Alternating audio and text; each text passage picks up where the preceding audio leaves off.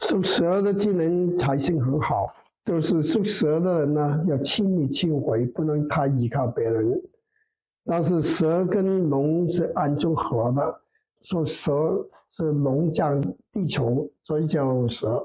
蛇飞天就是龙了。就是这个属蛇呢，就分析能力，就娱乐事业，就跟钱有关系的行业，比如那个金融他经营应该蛮成功的。